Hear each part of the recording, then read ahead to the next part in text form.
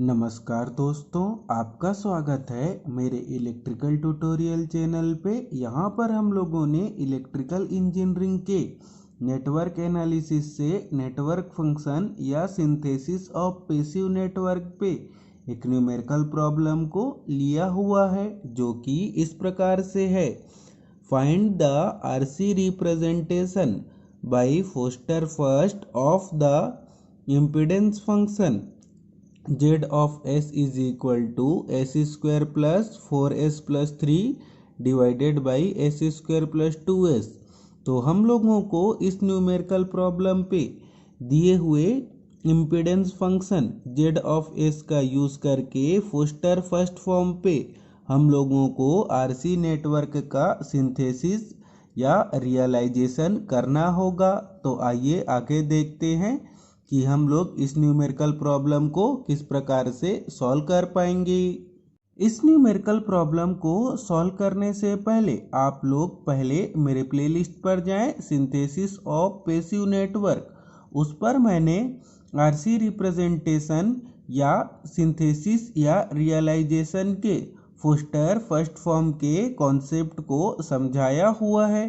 तो पहले आप लोग उस वीडियो को शुरू से लेकर अंत तक देखें, उसके बाद इस न्यूमेरिकल प्रॉब्लम को आप लोग समझेंगे या सॉल्व करेंगे तो यह न्यूमेरिकल प्रॉब्लम आप लोगों को बहुत ही आसानी से सॉल्व हो जाएगा।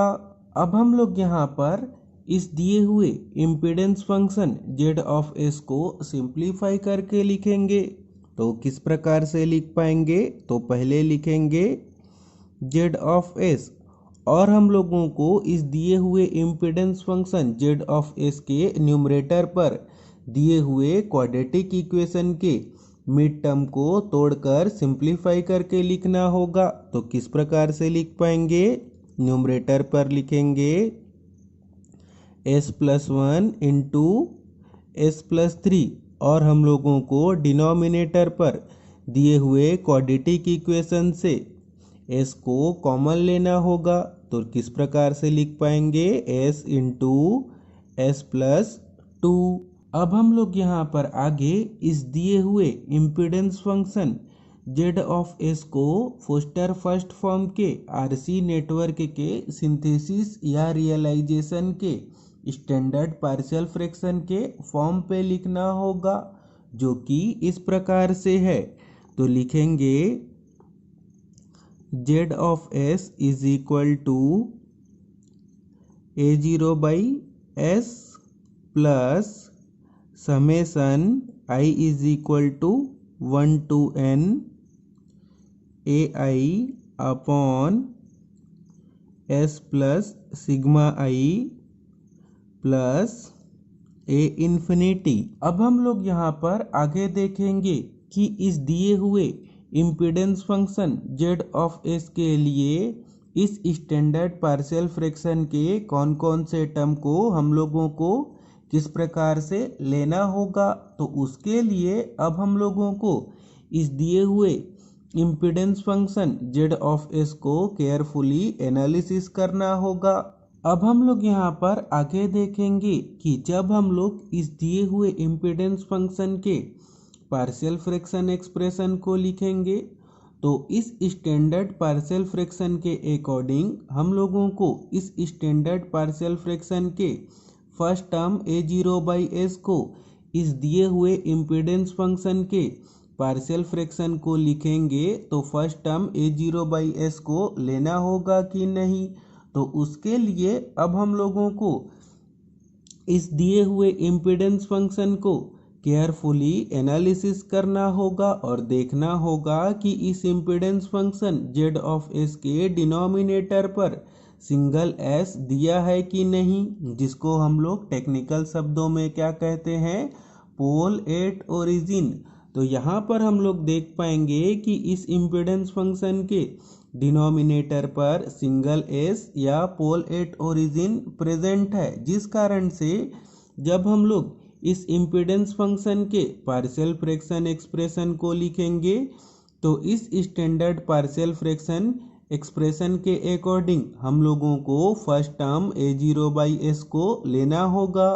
अब हम लोग यहाँ पर आगे देखेंगे कि इस स्टैंडर्ड पार्शियल फ्रैक्शन के इंटरमीडिएट टर्म जो कि कितना है summation i is equal to 1 to n ai upon s plus sigma i को हम लोगों को इस दिए हुए impedance function z of s के लिए i के वैल्यू को कहाँ तक लेना होगा। और साथ ही साथ यहाँ पर हम लोग समझेंगे कि जब हम लोग RC रिप्रेजेंटेशन या सिंथेसिस के फोस्टर फर्स्ट फॉर्म के सर्किट डायग्राम को ड्रॉ करेंगे तो हम लोगों को इंटरमीडिएट सर्किट पर रेजिस्टेंस और कैपेसिटेंस के पैरेलल कॉम्बिनेशन के कितने सीरीज सर्किट को ड्रॉ करना होगा।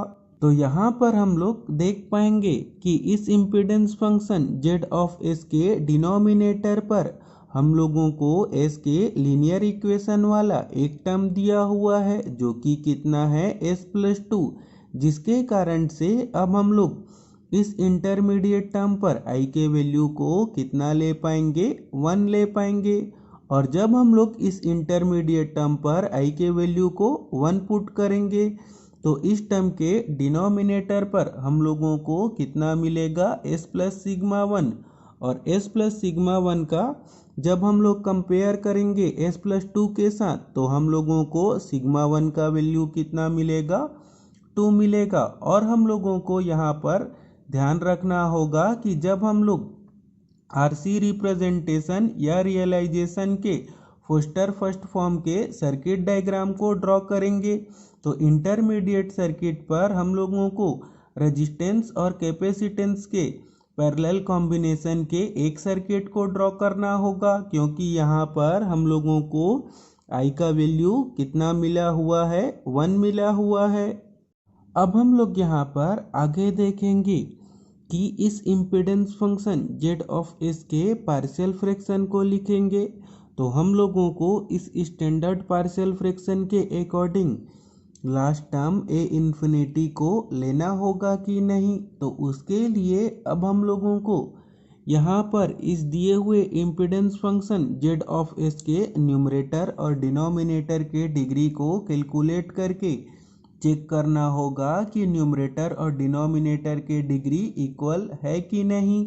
तो यहाँ पर हम लोग देख पाएंगे कि इस impedance function z of s के न्यूमरेटर का डिग्री कितना है 2, जिसको हम लोग कैसे कैलकुलेट किए हैं जब हम लोग इस दिए हुए impedance function z of s के न्यूमरेटर पर दिए हुए s के लीनियर इक्वेशन वाले टर्म को सॉल्व करेंगे तो हम लोगों को s का हाईएस्ट पावर कितना मिलेगा 2, जो कि क्या होगा इस दिए हुए impedance function z of s के न्यूमरेटर का डिग्री होगा। अब हम लोग ठीक इसी प्रकार से डिनोमिनेटर के डिग्री को भी कैलकुलेट करेंगे तो डिनोमिनेटर का भी हम लोगों को डिग्री कितना मिलेगा 2। तो यहाँ पर हम लोग देख पाएंगे कि इस impedance function z of s के न्यूमरेटर और डिनोमिनेटर के डिग्री इक्वल है, जिस कारण से अब हम लोगों को इस दिए हुए impedance function z of s के पार्शियल फ्रैक्शन एक्सप्रेशन को लिखेंगे। तो इस स्टैंडर्ड पार्शियल फ्रैक्शन एक्सप्रेशन के अकॉर्डिंग हम लोगों को लास्ट टर्म a इन्फिनिटी को लेना होगा। तो अब हम लोग यहाँ पर सबसे पहले इस स्टैंडर्ड पार्शियल फ्रैक्शन के according last term a infinity को इस दिए हुए impedance function z of s के लिए कैलकुलेट करेंगे। तो उसके लिए अब हम लोगों को इस impedance function z of s के पोल के लिए रेसिड्यूस को कैलकुलेट करना होगा। तो यहाँ पर हम लोग उसके लिए क्या करेंगे s स्क्वायर प्लस 2s से हम लोगों को डिवाइड करना होगा s square plus 4s plus 3 को। तो यहाँ पर हम लोग कितने टाइम्स डिवाइड कर पाएंगे तो यहाँ पर देख पाएंगे कि दोनों के फर्स्ट टर्म पर कितना है s स्क्वायर, जिस कारण से यहाँ पर हम लोग 1 टाइम पे डिवाइड कर पाएंगे। तो यहाँ पर हम लोगों को कितना मिलेगा s स्क्वायर प्लस 2s। अब हम लोग यहाँ पर इसको माइनस करके सॉल्व कर लेंगे और माइनस करने के लिए हम लोगों को यहाँ पर साइन को चेंज करना होगा। और जब हम लोग यहाँ पर माइनस करके सिंप्लीफाई करेंगे तो हम लोगों को कितना मिलेगा, 2s प्लस 3 मिलेगा। अब हम लोग यहाँ पर इस डिवीजन से इस impedance function z of s को सिंप्लीफाई करके किस प्रकार से लिख पाएंगे, तो लिखेंगे z of s is equal to 1 plus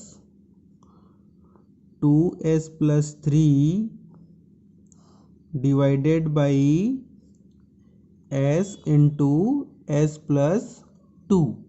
तो यहाँ पर हम लोग देख पाएंगे कि इस impedance function z of s के पोल के लिए हम लोगों को रेसिड्यूज कितना मिला हुआ है, 1, जिसको हम लोग इस स्टैंडर्ड पार्शियल फ्रैक्शन के लास्ट टर्म a इन्फिनिटी से कंपेयर करेंगे।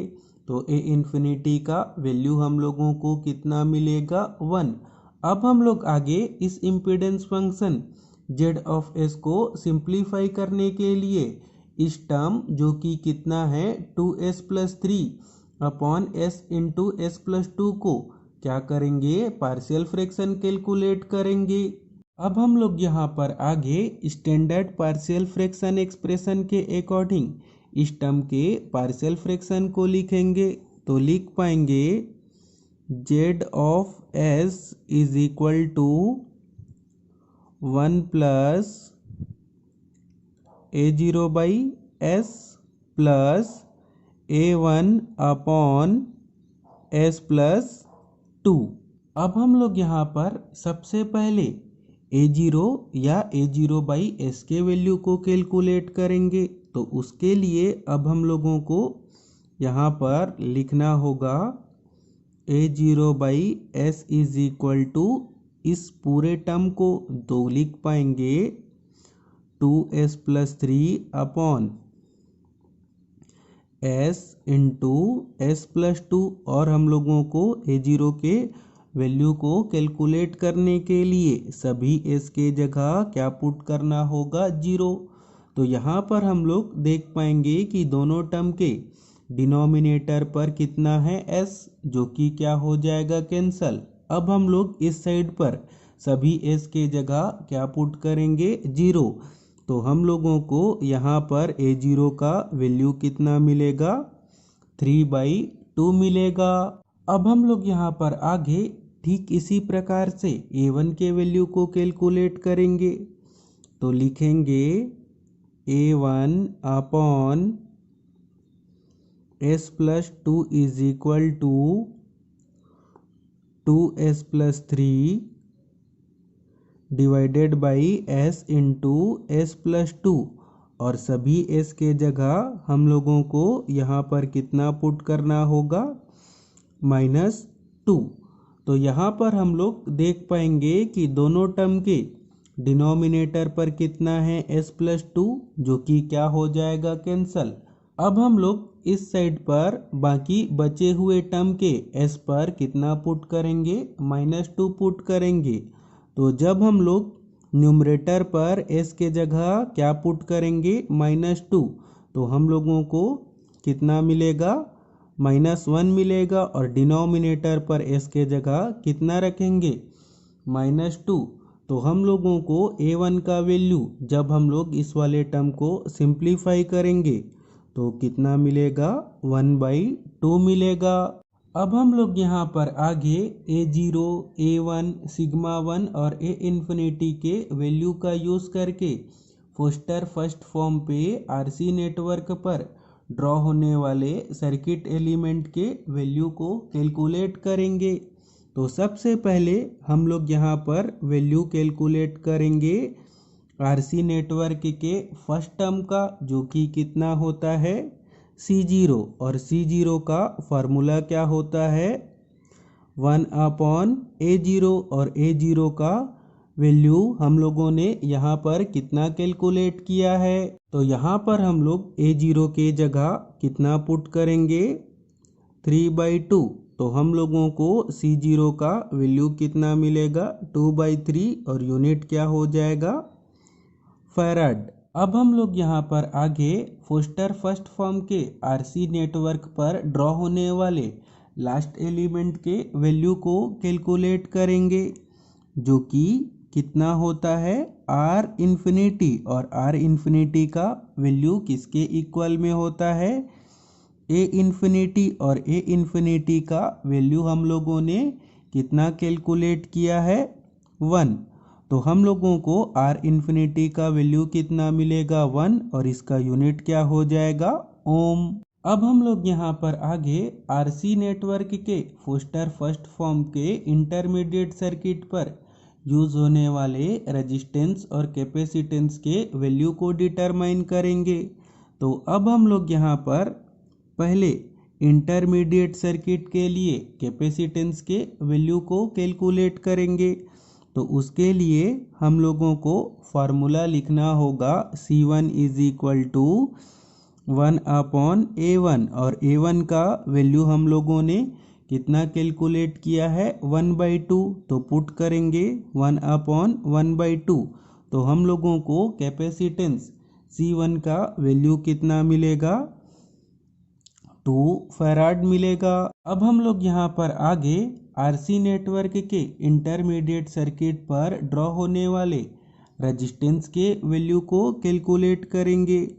तो उसका फार्मूला क्या होता है, तो लिखेंगे R1 is equal to A1/σ1, और A1 का वैल्यू हम लोगों को कितना मिला हुआ है 1/2, और सिग्मा 1 का वैल्यू हम लोगों को न्यूमेरिकल प्रॉब्लम पे कितना दिया हुआ है 2। तो जब हम लोग इस वाले टर्म को सॉल्व करेंगे तो R1 का वैल्यू हम लोगों को कितना मिलेगा 1/4, और इसका यूनिट क्या हो जाएगा ओम। अब हम लोग यहाँ पर आगे C0, R इन्फिनिटी, C1 और R1 के वैल्यू का यूज़ करके फोस्टर फर्स्ट फॉर्म के लिए RC नेटवर्क को ड्रॉ करेंगे। अब हम लोगों को यहाँ पर आगे फोस्टर फर्स्ट फॉर्म के RC नेटवर्क के इस सर्किट पर यहाँ पर पुट करना होगा C0 के वैल्यू को, यहाँ पर C1 के वैल्यू को, यहाँ पर R1 के वैल्यू को, और यहाँ पर R इन्फिनिटी के वैल्यू को। तो इसी के साथ ही हम लोगों का यह न्यूमेरिकल प्रॉब्लम कंप्लीट हुआ। तो अगर आपको यह सब बताने का मेथड, समझाने का मेथड अच्छा लगा हो तो इस वीडियो को लाइक एंड शेयर करें और मेरे चैनल को सब्सक्राइब करें। Thank you, all the best.